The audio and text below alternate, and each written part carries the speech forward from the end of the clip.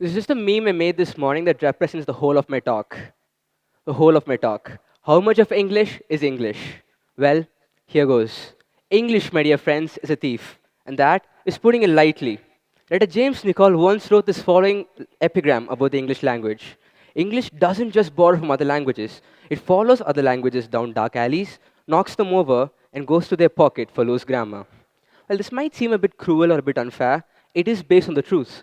More than 80% of English are loan words. Well, then, you might ask, what is a loan word? Well, a loan word is a word that is adopted from a foreign language with little to no modification. Over 1.5 billion people on this earth, 20% of the world's population, you and I, converse in a language that is not entirely its own. English is composed of over 350 languages, believe it or not. French, Greek, and Latin making 55% of it, and the rest being Germanic languages. Now, since we know what loanwords are, let's look at their origin. There are two primary reasons as to why loanwords exist. The first is war and conquest. The French, led by William the Conqueror in 1066, captured and invaded the British Isles, which led to French being the language spoken in the English court for centuries to come.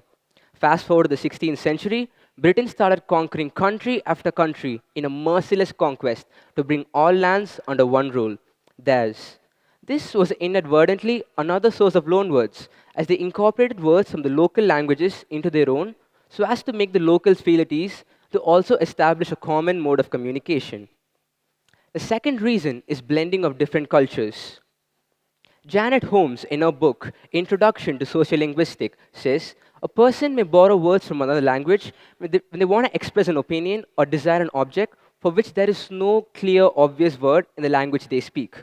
This holds true for every single language on planet Earth.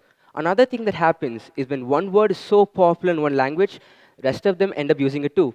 Pizza, for example, revolutionized the food industry, is so popular in Italy, uses worldwide now acknowledge it.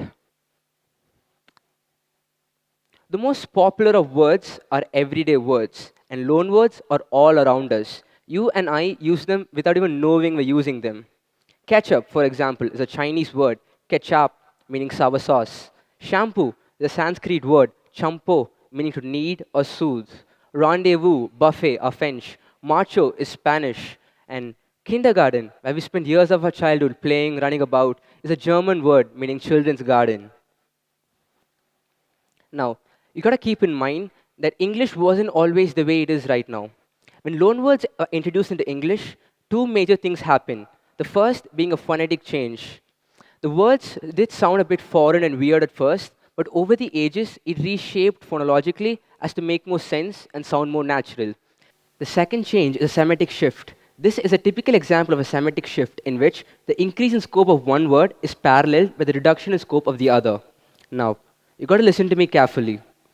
We all use words taken from foreign languages. I'll repeat myself. We all use words taken from foreign languages. You'll be surprised to know there are four loan words in this sentence: use, taken, language, and foreign. Kind of funny that foreign is foreign, huh? The practice of borrowing languages, supposedly forever, has been continued to this age, but only recently the Tamil word ayyo was added to the English lexicon. And over the last 30 years, English has borrowed from a lot of languages worldwide with a global reach. But unlike now, the tables have turned. English has become more of a lender than a borrower. What I've said about loanwords is just scratching the surface. Scratching the surface is an exaggeration. For more about loanwords, check out Philip Duncan's book on borrowed words, a history of loanwords in English. Now, does this borrowed words, loanwords, make English any lesser? No, absolutely no. The fact that it is so diverse and yet so strangely unique is what makes English reign supreme over all other languages when it comes to versatility and usage. So, on the whole, before I lead to my boring life of studies, I have to say that English is a fluid, ever evolving language of languages that has and never will succumb to the might of the sands of time. Thank you.